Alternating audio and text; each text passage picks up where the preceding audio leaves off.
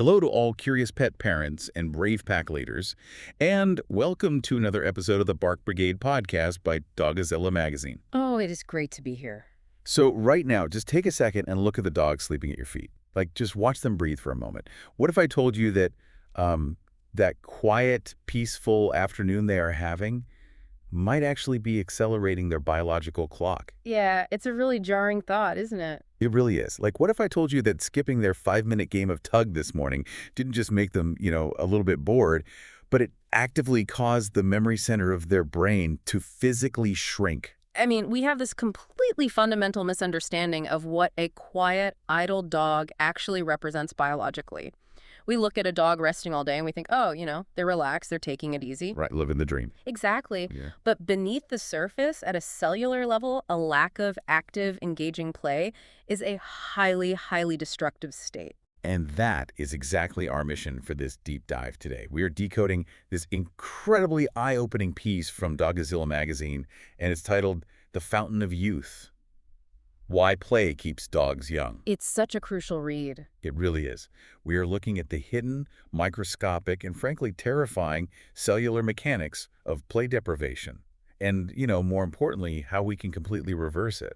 Because for decades, I think we viewed playtime entirely backward. Oh, 100%. We see it as a luxury. Or maybe just like a tool to tire a puppy out so they don't chew the drywall. Yeah, the classic burn off the energy model. Right, which is just vastly incomplete. The research we're digging into today completely redefines play. It elevates it from a recreational hobby to a non-negotiable biological requirement. Which changes everything about how we interact with them. It really does. When a dog is deprived of play, we aren't just seeing behavioral quirks. We are seeing real, measurable, rapid age-related changes. I mean, we are talking about accelerated biological aging, the fraying of DNA, and the literal deterioration of the brain's architecture. Which is terrifying. But also, it's incredibly empowering, right? It means the remote control for our dog's aging process is basically sitting right there in our toy basket. That's a great way to put it. So let's outline the roadmap for this deep dive.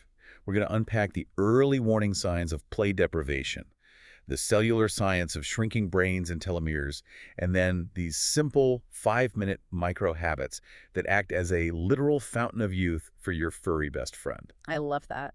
We really need to start with what this actually looks like in the real world. Yeah, because before we can administer the cure, we have to recognize the disease. And the frustrating part is that play deprivation is a total master of disguise. Oh, it absolutely is. It hides in plain sight. Right. We see our dogs slowing down and we just write this narrative in our heads like, well, Buster's 7 now. He's just getting older. And that distinction is paramount. We have to learn the difference between a dog who is resting because they are satisfied and a dog who is shutting down because their environment is completely devoid of enrichment. So what are the early warning signs we should be looking for? Because the article mentioned some very specific physical and behavioral red flags. Well, one of the primary warning signs is a shift in object permanence and play drive. Specifically, ignoring a favorite toy, like a tug rope. Okay, so if a toy that used to make them do those little happy taps suddenly gets zero reaction, that's not just them having a lazy day. No, absolutely not. Because play drive in a healthy dog is hardwired right into their predatory sequence.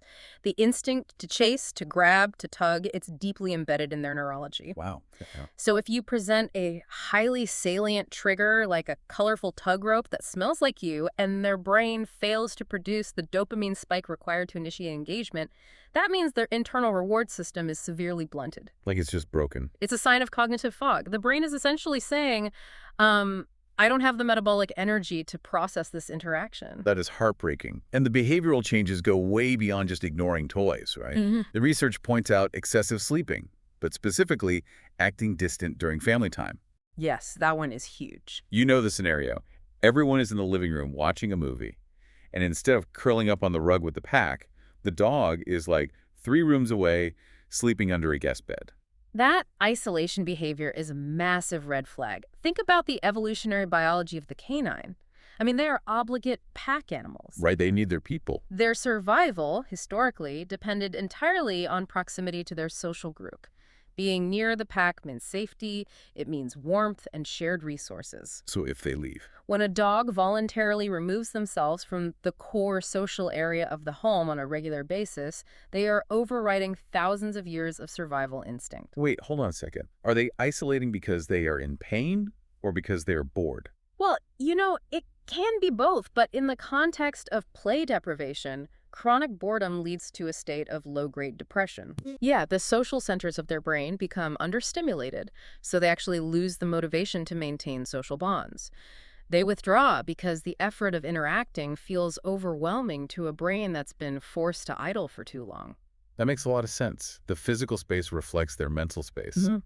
Another sign that completely blew my mind was a sudden difficulty with simple stairs or getting into the car. Yes, the clumsiness. Because my immediate thought goes straight to joint pain. I think, oh, they need glucosamine, their hips are bad.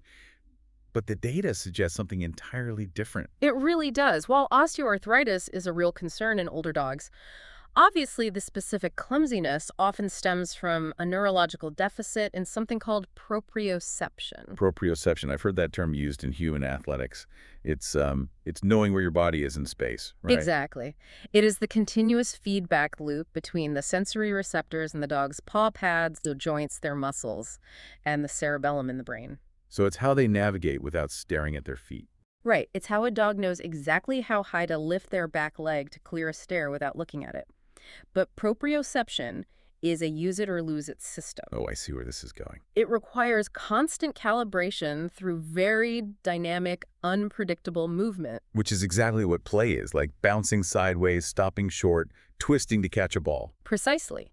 If a dog only ever walks in a straight line on a flat sidewalk for 20 minutes a day and never engages in dynamic play, that sensory feedback loop weakens. The map gets blurry. Yeah, the neurological map of their own body starts to degrade. So when they approach stairs, the brain miscalculates the distance and they stumble. And we see the stumble and assume they have old, creaky joints. Exactly. When in reality, they have a rusty neurological connection that could have been maintained with, 5 minutes of daily tug-of-war. That is wild. We are literally misdiagnosing our own dogs. Another behavioral flag, and this one really got to me, is a sudden loss of interest in sniffing on walks. That is a big one. Because I've always thought of a dog's nose as their version of the internet. They are checking their email, reading the news. If they stop browsing, something is deeply wrong. That is a phenomenal analogy, and biologically it's incredibly accurate. A dog's olfactory bulb, the part of the brain dedicated to processing smells, is proportionally massive compared to ours. Right, they see the world through their nose. When a dog is intensely sniffing a fire hydrant, they aren't just smelling urine, they are processing complex data: the age, the sex, the health status, and stress levels of the dog who left it. So it's actual mental work. It is high-level cognitive work. So when they just walk with their head up, staring blankly ahead, they're essentially turning off their most powerful processor. Yes. A healthy, engaged dog has a relentless drive to gather information about their environment. When that drive disappears, it signifies that their cognitive engine is powering down. Because they're just too bored to care anymore. Pretty much. They no longer care about new data because their brain has adapted to a state of absolute monotony. And it doesn't stop at behavior. The physical symptoms of this monotony are shocking: pacing, whining, joint stiffness. And this next one I actually have to challenge you on. Oh, okay. Let's hear it. The research claims that a play-deprived dog's coat can actually lose its shine. Their fur gets dull simply from not playing. I'm sorry, you're losing me a bit there. Oh, no, it sounds crazy. How does chewing on a rubber toy change the physical luster of dog hair? It sounds absurd on the surface, but it is a perfect illustration of how interconnected the body's systems are. To understand the dull coat, we have to look at the hormonal cascade caused by a lack of play. Okay, lay it on me. When a dog is chronically understimulated, the body perceives this stagnation as a stressor, which elevates cortisol. Okay, cortisol, that's the stress hormone. Correct. Chronic elevated cortisol acts as a systemic wrecking ball. One of the many things it does is restrict blood flow to the peripheral extremities, including the skin, to save energy for the core organs. Oh, so the skin is literally getting less nutrients. Yes. This disruption compromises the skin's natural barrier. It severely reduces the production of sebum. Sebum is the oil gland output. Yes, sebum is the natural oil that coats each hair follicle, making the coat waterproof and glossy. When cortisol shuts down sebum production, the hair becomes brittle and dry. Wow. Furthermore, high stress severely impacts nutrient absorption in the gastrointestinal tract. So even if you are feeding your dog the most expensive, high-quality salmon oil kibble on the market, a stressed, bored gut cannot absorb those omega-3 fatty acids efficiently. So the dull coat is literally a billboard advertising internal biological stress. Exactly. Wow. Okay, I stand corrected. The toy directly impacts the fur. Yeah. But here's where we run into a major roadblock as pet parents. When we see the dull coat, when we see them sleep through the movie or stumble on the stairs, we don't think, oh, I need to play with him. No, we don't. We fall back on these deeply ingrained societal myths. We write a tragedy in our heads about how our dog is just fading away. And that narrative is incredibly dangerous because it leads to inaction. The research we are analyzing explicitly dismantles several of these core myths about senior dogs. Okay, let's go through them. The first is the pervasive idea that old dogs simply don't want to play. We look at a senior dog with a gray muzzle and we project human concepts of retirement onto them. Right, like they want to play golf and sit in a recliner. We assume their play drive has naturally evaporated with age. But the data says that is totally backward. The expert analysis here argues that dogs often seem older because we, the owners, stop offering them engaging choices. Precisely. We assume they're too old, so we stop buying new toys, we stop getting down on the floor with them, which then makes them act older. It's a self-fulfilling prophecy. It is the canine equivalent of learned helplessness. If you repeatedly present a dog with a static, boring environment, they will eventually stop seeking interaction. Because what's the point? Exactly. They learn that trying to play yields no results, so they give up. But the drive hasn't vanished. It is just dormant. Now, does an 11-year-old Mastiff want to do backflips catching a Frisbee? Probably not. Probably a bad idea, yeah. Right. The style and intensity of play must evolve, but the fundamental neurological need for interactive engagement remains until their very last day. That leads right into the second myth, which I am absolutely guilty of believing in the past. The idea that calm dogs age better with rest. The whole let sleeping dogs lie mentality. Yes, a very common misconception. If they were sleeping 18 hours a day, they must be healing and preserving their energy, right? We have this idea that rest is universally restorative. But the biological reality is that excessive rest without intervening periods of intense cognitive or physical demand leads to cellular stagnation. Cellular stagnation, let's unpack that. What is actually happening in the cells? Well, the mammalian body is a ruthlessly efficient machine. It operates on an economy of resources. If a biological system, whether it is muscle tissue or a neural pathway, isn't actively being utilized, the body stops sending oxygen, blood, and nutrients to it. Why waste energy maintaining a bridge nobody crosses? Exactly. So if the brain isn't being challenged to solve a puzzle or process a new environment, What happens? the brain begins a process called synaptic pruning. It literally dissolves the connections between neurons that aren't firing. Oh, man. If muscles aren't forced to stabilize the body during unpredictable movements, they atrophy. The rest we think is helping them is actually accelerating their physical and mental decline. Which brings us to the third myth, and this is the one that I think sparks the most debate at the dog park. Oh, I bet I know which one. The belief that a big yard replaces the need for interactive playtime. I hear this constantly. Oh, my dog doesn't need puzzle toys or tug of war. We have a fenced-in half-acre. He gets plenty of enrichment out there. It is a massive misconception. Space, no matter how vast, does not equal enrichment. Okay, let's unpack this with an analogy. Putting a dog alone in a big, empty yard is like putting a human alone in an empty gymnasium and expecting them to get a phenomenal workout. That is a great way to look at it. Right. Sure, they have room to run, but without any equipment, without a coach, without a game to play, they are probably just going to stand there, look at the walls, and maybe take a nap on the bleachers. Exactly. They need the interactive element. They need you. Otherwise, they are just standing on grass. That gymnasium analogy is spot on. An empty yard is what we call a static environment. After the dog spends the first 5 or 10 minutes sniffing the perimeter, checking the same bush they checked yesterday, there is no new data. They read all the emails? Right. The environment is solved, there is no problem to overcome, no social bonding occurring, and no unpredictable stimuli to react to. True play, the kind that fights boredom, depression, and stress-related aging, requires the dog to react, to think, and to engage with a dynamic, unpredictable partner. And in most cases, that partner has to be you. It does. So we've painted a remarkably clear, if somewhat depressing, picture of what this looks like on the outside. The stiffness, the isolation, the dull coat, the stumbles.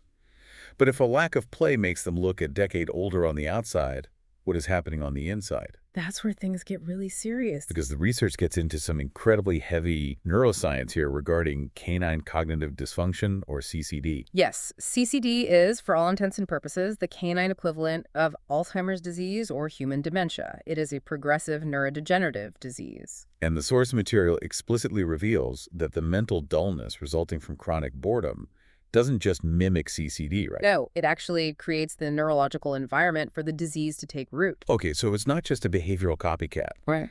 Lack of play physically paves the runway for dementia. How does that happen? How does an idle brain actually break down? To understand the breakdown, we have to look at the mechanics of problem solving.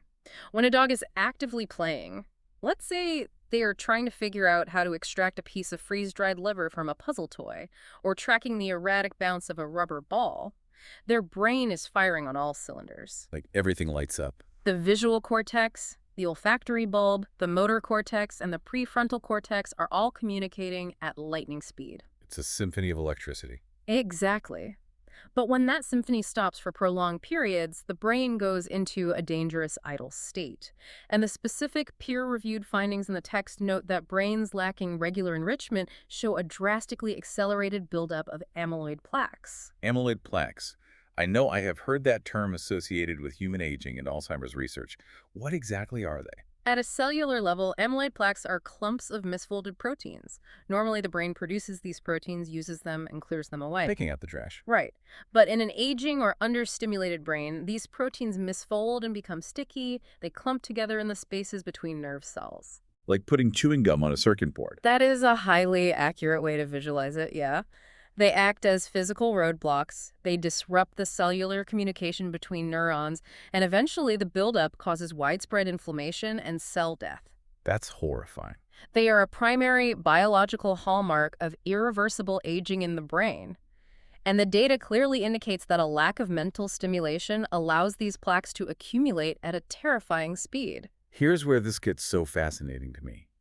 We always think of taking the dog for a run to keep their heart healthy, but games are literally a gym workout for their mind. Absolutely. We are sending their neurons to the weight room. Physical exercise is wonderful for cardiovascular health and maintaining muscle mass, sure, but mental puzzles create what neurologists call cognitive reserve. Cognitive reserve. I like that. Enrichment activities force the dog to use multiple senses simultaneously, process hypothetical outcomes, and adapt to failure.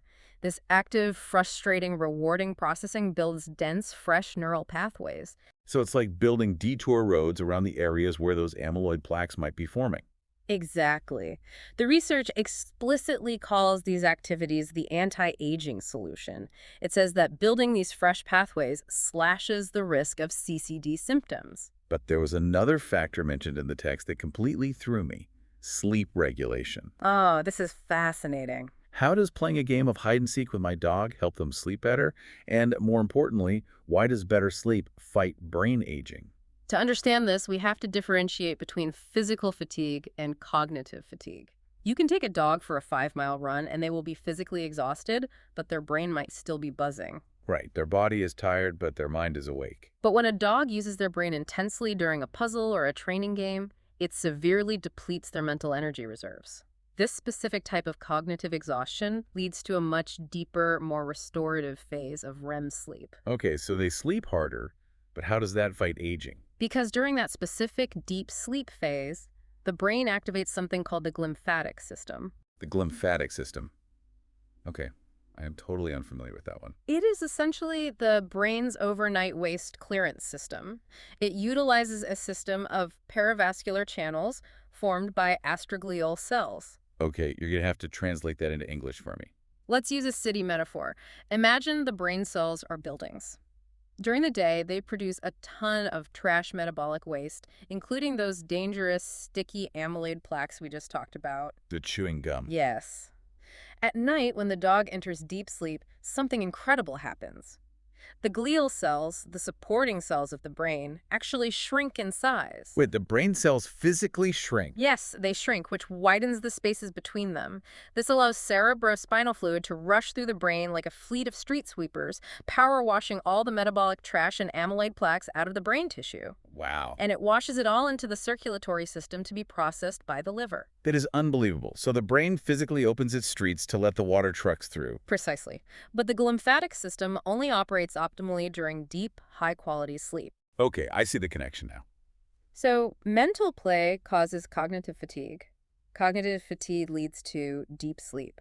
And deep sleep literally power washes the brain of aging markers. My mind is officially blown.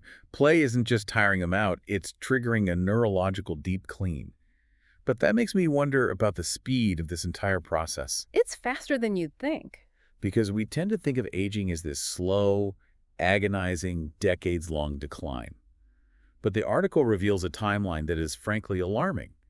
How fast does this damage actually happen? The timeline is perhaps the most urgent and shocking takeaway from the entire body of research. The data shows that the measurable effects of play deprivation, the mental fog, the physical stiffness, can begin to appear after just 2 to 3 weeks of reduced activity. 2 to 3 weeks. That is nothing. No, it's really not. That's the length of a busy period at work or a long family vacation where the dog goes to a boarding kennel. And it gets even more concerning. The text cites a specific behavioral study showing increased anxiety, stereotypic pacing, and measurable confusion in dogs after just 10 days of a low-enrichment environment. 10 days. 10 days to see observable psychological distress and cognitive decline. Okay, I have to stop you there. I have to push back on this. Yeah. 10 days. If a wild wolf gets snowed into a den for a week or there's a famine and they just have to conserve energy and sleep for 10 days, they don't walk out of the cave with early onset dementia. That's a fair point. Why is the domestic dog specifically so fragile? It is a brilliant question, and it comes down to the fundamental difference between wild survival and domestic captivity. A wolf snowed in a den is in a state of acute survival. Right. Their senses are highly attuned to the temperature, to the sound of prey, to the smell of predators. Their brain is processing a massive amount of environmental data even while resting. They're on high alert. Exactly. But a domestic dog in a modern climate-controlled living room has zero environmental pressure. There are no predators to listen for, the temperature never changes, and the food arrives in a metal bowl at the exact same time every day. Everything is provided. Without the necessity of survival to stimulate their brain, play is the only avenue they have for cognitive engagement. Without play, the domestic dog exists in a sensory vacuum. And nature hates a vacuum. It does, and the body interprets that sensory vacuum not as relaxation, but as a critical emergency. And this brings us to the core biological driver of all this damage, right? The cortisol connection. Yes, absolutely. For a dog, play and engagement are the primary ways they interface with their world and their pack. When a dog is deprived of those outlets, their pent-up, unused energy turns into internal biological stress. So the body's early warning system triggers, releasing a massive spike of cortisol because they are bored. Boredom causes a severe stress hormone spike. Because canine boredom isn't just feeling uninspired or wishing there was something good on television, it is a state of chronic, unreleased, instinctual tension. Right, they have these deep drives. They are breadsome for hundreds of generations. To herd, to hunt, to retrieve, to guard, and to forage. When they are completely deprived of those genetic outlets, the body assumes something is horribly wrong with the environment. So it panics. It releases cortisol to keep the animal hypervigilant and ready for a threat that never actually comes. So what does this all mean for the dog's internal systems? If cortisol is spiking that high and staying high constantly, where else is this damage hiding? Well, constant elevated cortisol is highly toxic to the mammalian body. The research outlines 3 major areas of catastrophic damage. Okay, what's the first one? First, cortisol is catabolic, meaning it actively breaks down muscle tissue to convert it into quick energy. It explains the weakness. Second, it alters the metabolism, causing the body to store dangerous visceral belly fat, which wraps around the organs and secretes more inflammatory hormones. It's just a vicious cycle. And the third area? The third area is the most critical for cognitive decline. Chronic cortisol is neurotoxic. It literally causes the hippocampus to physically shrink. The hippocampus. That is the brain region responsible for memory and spatial mapping, correct? Exactly. It is the absolute center for learning and memory consolidation. Cortisol binds to the receptors in the hippocampus and, over time, causes the neurons there to wither and die. That is terrifying. The stress of not having a job to do or a game to play literally causes the memory center of the dog's brain to atrophy. It does. But the research we are diving into goes even deeper than brain tissue. It goes all the way down to the genetic code. The article mentions findings from the Dog Aging Project and various canine cognition labs regarding something called telomeres. Ah, yes, telomeres. They are currently one of the most reliable, measurable biological markers of aging known to science. The text calls them the protective caps on DNA. Can you explain what a telomere actually is and how it works mechanically? Imagine your DNA is a long strip of movie film. Every time a cell divides to replicate itself, which is happening constantly in the body to heal and maintain tissues, that movie film has to be copied. Okay, tracking with you. But the biological machinery that copies the DNA can't quite reach the very, very end of the strip. So a little piece gets left behind every time. Exactly. To protect the vital genetic information from being lost, the ends of our chromosomes have these long, repetitive sequences of junk DNA called telomeres. Oh, I see. They are like the blank leader cape at the beginning and end of a film reel. Every time the cell divides, a tiny piece of that blank tape is snipped off. So it is basically a biological countdown clock. It really is. When the telomeres get too short, the cell can no longer safely divide without damaging its core DNA. At that point, the cell becomes senescent, it stops functioning properly, it ages, and eventually, it dies. Okay, the film tape analogy makes perfect sense. So how does a lack of play affect the telomeres? Well, the research shows that the chronic cortisol spikes caused by boredom create an environment of high oxidative stress in the body. Oxidative stress. Yeah, and oxidative stress acts like a malfunctioning, jagged projector. It doesn't just snip a tiny piece of the telomere off during cell division, it rips off massive chunks. Oh, wow. The stress literally frays the DNA at an accelerated rate. But the inverse is also true, right? The text says play preserves these blocks. Yes. The studies show that dogs who engage in daily active play maintain significantly longer telomeres compared to sedentary dogs of the same age. Because play mitigates the oxidative stress. Exactly. It is literally shielding their DNA from degrading. That is the literal definition of a fountain of youth. You're protecting the genetic code from unraveling just by playing fetch. But let's follow the breadcrumbs of that systemic cortisol spike, because I want to look at the rest of the body. What happens when this stress response bleeds into the physical frame? The physical slide is deeply, inextricably connected to this systemic stress. When we talk about joint stiffening, muscles weakening, and metabolism slowing down, we aren't just looking at the passage of time. We're looking at the downstream effects of inactivity coupled with high cortisol. Precisely. The article mentions that a sedentary dog loses coordination and balance, making them slip on floors, which looks exactly like old age, but is entirely preventable. Yes, it's so preventable. I feel like every pet owner has experienced this. You have a 9-year-old dog, they start slipping on the kitchen tile or the hardwood floor, and we just assume it's an inevitable tragedy of aging. We buy rugs and put down yoga mats. We treat the symptom, not the cause. As we discussed earlier with proprioception, the body's ability to sense its movement in space requires constant maintenance. But there is a more insidious hidden damage at play here. Chronic inflammation. Yes, chronic inflammation. Right, inflammation is constantly cited as the silent killer in human longevity.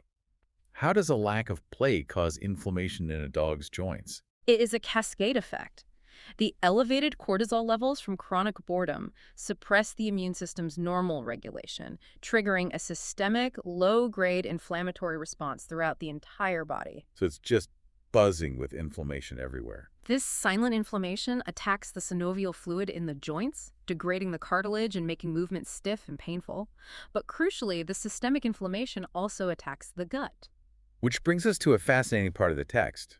It highlights a very specific, undeniable link between play deprivation and poor gut microbiome diversity. It's a huge connection. I am endlessly fascinated by the gut microbiome. We hear about it constantly in human health podcasts. Eat your kimchi, take your probiotics.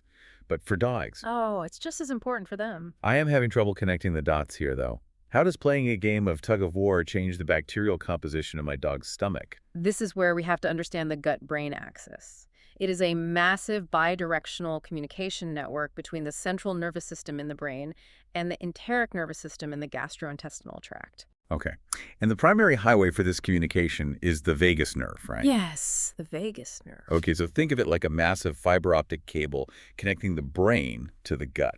That is the perfect metaphor. When a dog plays, their brain is happy and engaged, and it sends strong, clear signals down that fiber optic cable. And what do those signals do?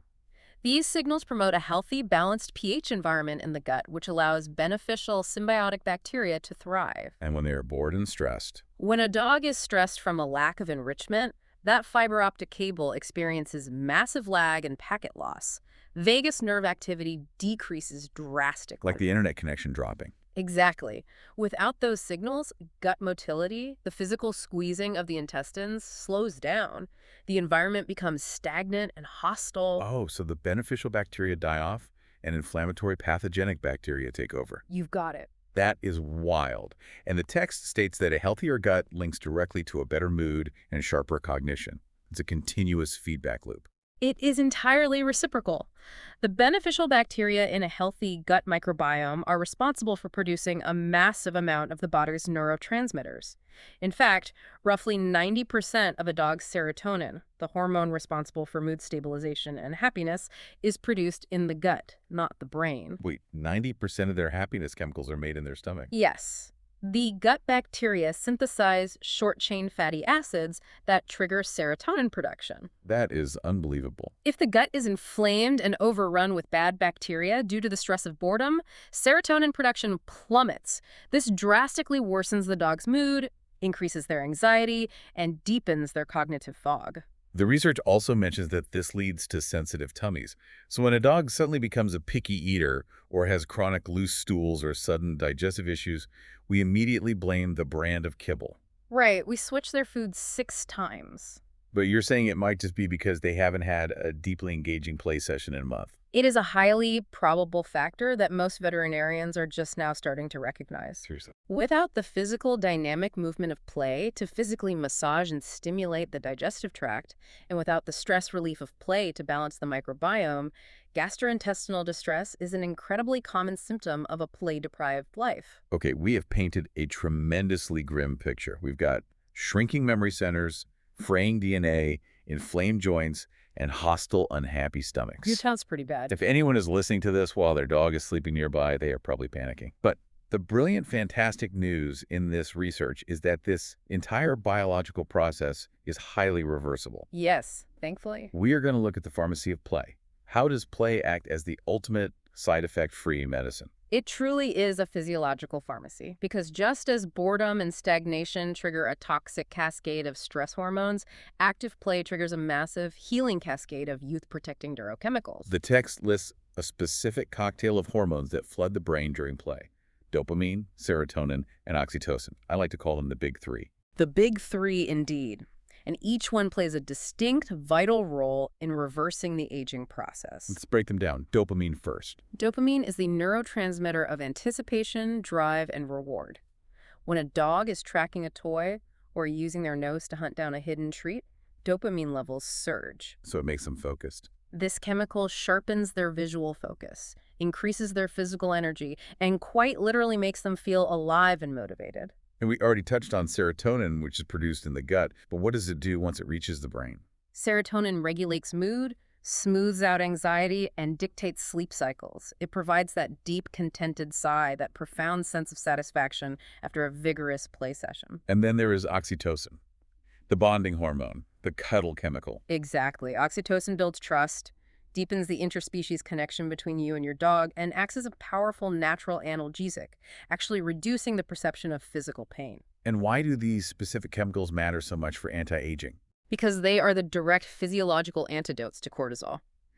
When the brain is flooded with dopamine, serotonin, and oxytocin, they actively lower blood pressure, reduce systemic inflammation, strengthen the immune system's response to pathogens, and soothe the central nervous system incredibly fast. So they literally sever the dangerous cortisol loop we spent the first half of this discussion outlining. They shut it down entirely. The research focuses specifically on tug-of-war, which I loved because it is such a primitive, accessible game. It's so easy to do. It says tug games boost focus, impulse control, and bonding. But then the text drops this massive, intimidating scientific acronym, BDNF. Can you explain what brain-derived neurotrophic factor actually is? BDNF is arguably the most important molecule when it comes to neuroplasticity and brain health. It is a specialized protein produced inside nerve cells. Okay. When a dog engages in interactive physical play, specifically highly tactile, engage in games like tug of war that require them to brace their core, anticipate your movements, and think while moving, their brain floods with BDNF. I read somewhere that BDNF is basically miracle grow for the brain. Is that accurate? It is a common analogy, but let's make it more mechanical. BDNF acts more like a team of microscopic structural engineers. I want that. In a healthy brain, neurons communicate by sending electrical signals across tiny gaps called synapses.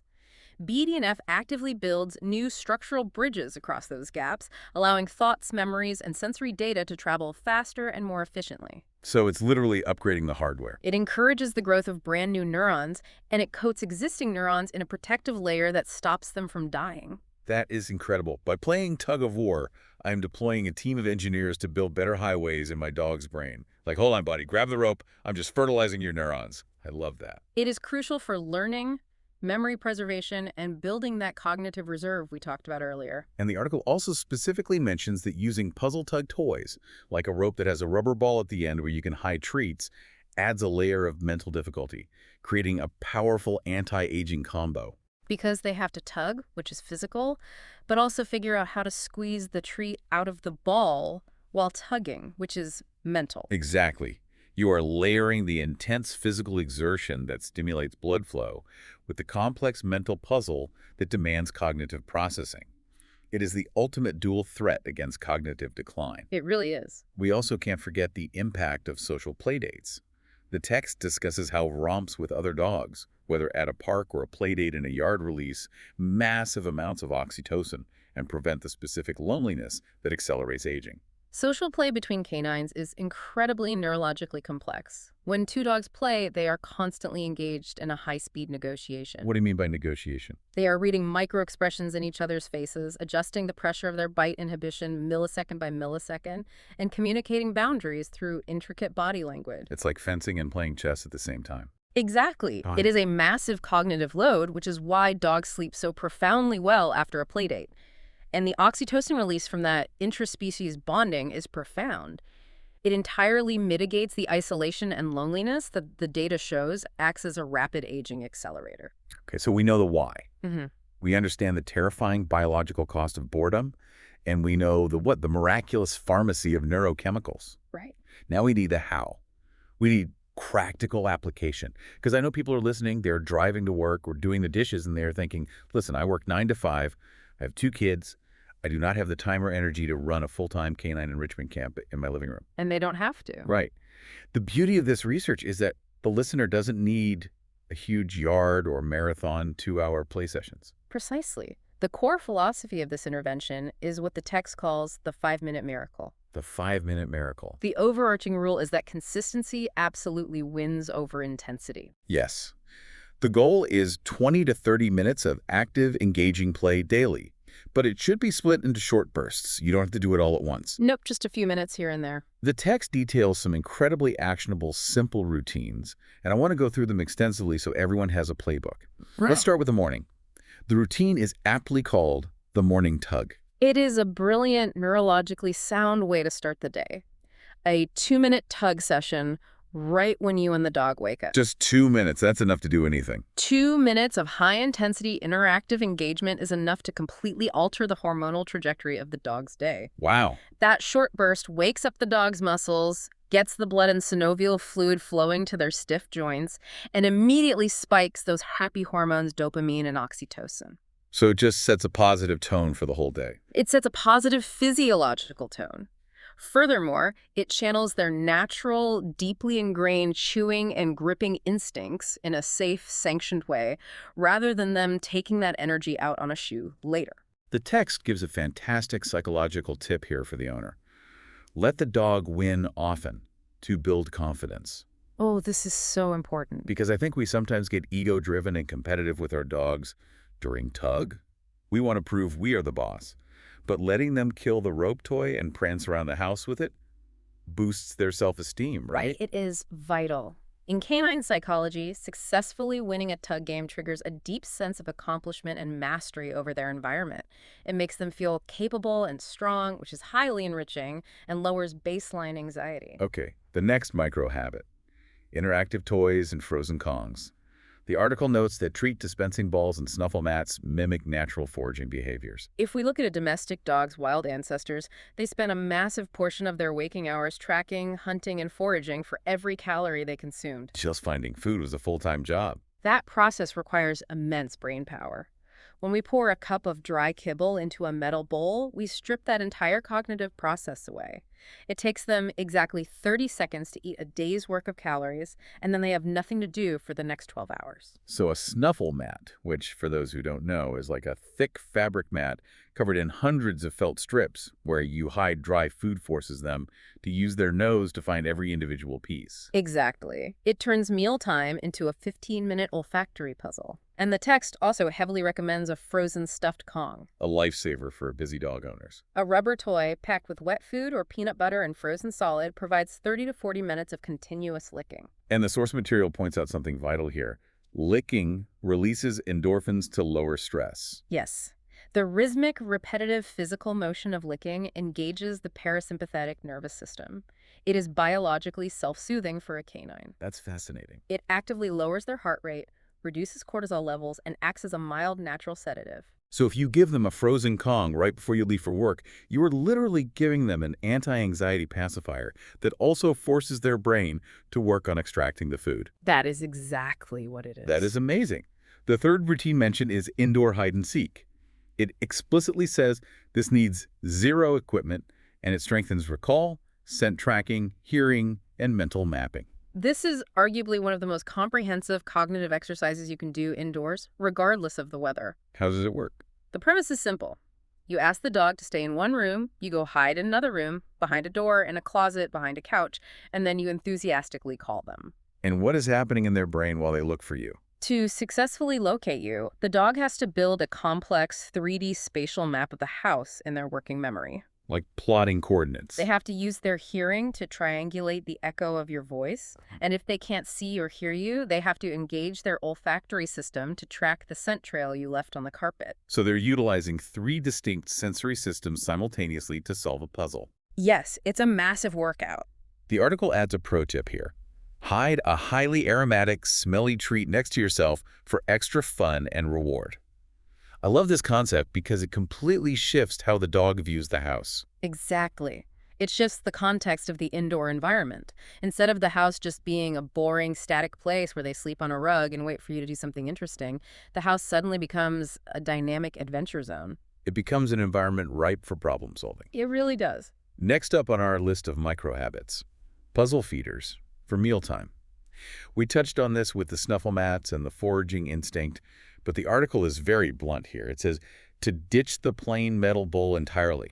Just throw it away. Totally obsolete. Use interactive puzzle feeders or even a cheap DIY version, like a muffin tin with tennis balls covering the holes, to significantly extend mealtime. The muffin tin trick is an excellent, low-cost entry point into enrichment. You divide their kibble into the individual cups of a standard baking muffin tin, and then you place a tennis ball over each cup. So the dog has to use their nose or their paws to figure out how to dislodge the ball to access the food. Yes. Which is great for fast eaters. It is. It physically slows down the rate of consumption, which aids digestion and drastically reduces the risk of dangerous conditions like gastric bloat. But primarily, it provides a deep, satisfying mental workout for a biological necessity they have to do every day anyway. Now, a very common FAQ about all this food-based enrichment. If I'm giving my dog treats in puzzle toys all day long, aren't they going to gain a ton of weight? We know obesity accelerates aging too. Very true. The text specifically addresses this concern. The rule is, use their daily meal calories for these games. You aren't adding extra high-calorie treats on top of their breakfast and dinner. You are just changing how they receive their daily caloric allotment. Exactly. You take their morning cup of kibble and you put it in the puzzle toy so it adds absolutely zero extra weight. You aren't giving them a bonus. You are just making them work for their regular paycheck, so to speak. Right. It is calorie-neutral enrichment. That's a perfect way to phrase it. The final micro-habit outlined is short-burst games for busy owners. This is for the truly time-crunched parent. Which is most of us.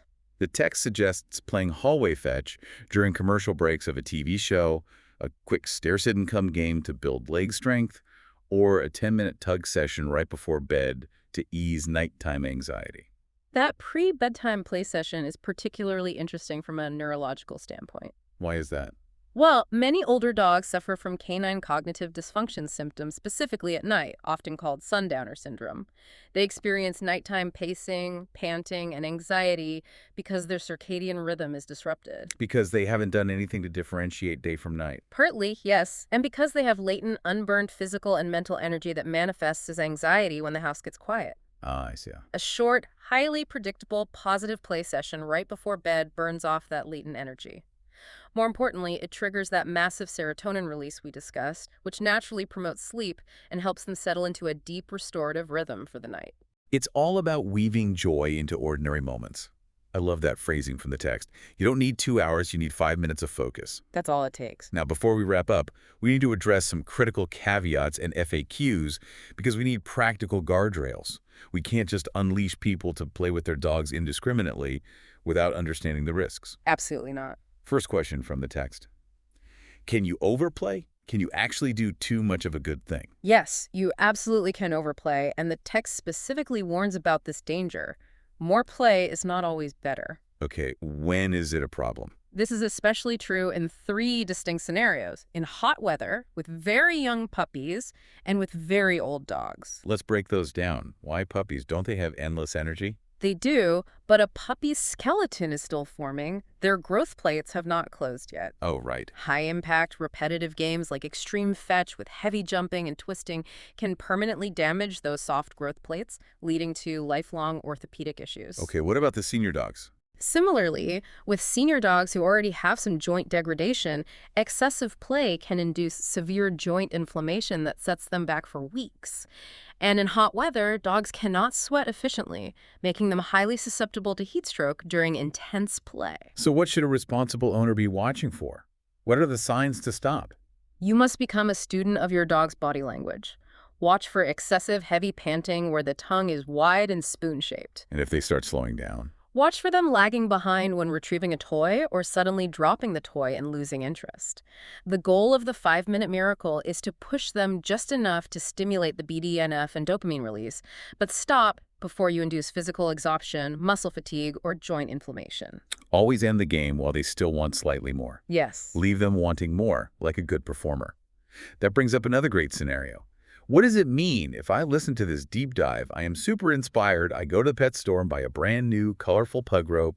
I excitedly get on the floor to initiate play, and my dog completely refuses. Oh, that happens. They just stare at me. Or worse, they get up and walk into the other room. That is a critical, potentially life-saving juncture. The article clarifies that a sudden, complete refusal to play in a dog that previously enjoyed it is a major warning sign. It is rarely just them being stubborn or having a lazy day. So what does it mean? Most often, it indicates underlying hidden physical pain. It could be a tweaked muscle in their back that makes jumping hurt. It could be severe dental disease, an infected tooth that makes grabbing a rope excruciating. Oh, they're just sick. It could signal systemic illness, like a tick-borne disease causing lethargy. Or, in older dogs, it can be a sign of encroaching hearing or vision loss that makes them fearful of engaging dynamically because they can't track the toy. It's their only way of communicating that the machine is broken. They can't tell us their tooth hurts. They can only refuse the game. Precisely. If a normally playful dog suddenly refuses high-value engagement, it absolutely warrants a thorough veterinary check to rule out pain or illness.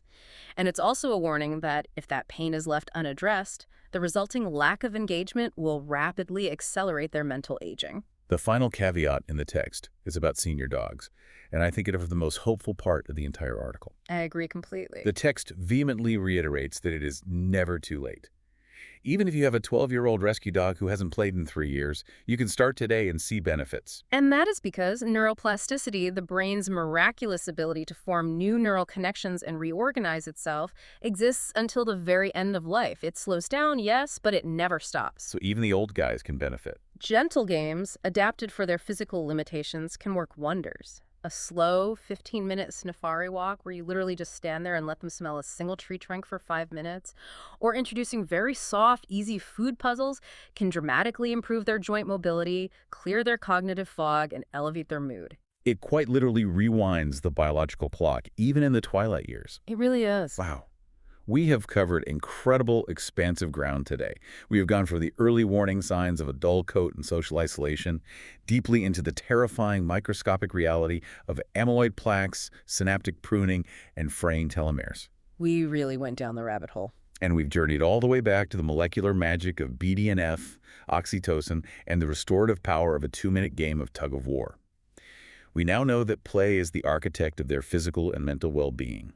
But as we wrap up, I know you had a thought about how this research extends beyond our dogs. Yes. As we spent time analyzing this incredible data, how play has the power to literally alter DNA, rebuild brain cells, and reset the gut microbiome in our dogs, there is a profound parallel that emerges.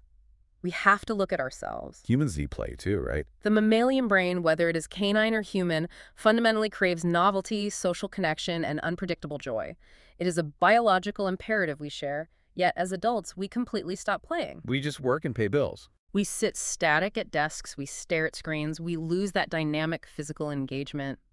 If a lack of play destroys a dog's mind and body so rapidly, what is our own lack of daily, joyful play doing to us? That's a sobering thought. Perhaps our dogs, by dropping a slobbery toy in our laps and demanding we engage, are actually trying to teach us the ultimate anti-aging secret for ourselves. That is something to seriously mull over the next time you pick up that tug rope. Are you just saving their brain, or are you saving yours too? Thank you for listening, dear Brigadiers, and if you have any questions, visit the source article on Doggozila Magazine at doggozila.com. That was all for this episode, and until the next time, bye to all listeners of the Bark Brigade podcast.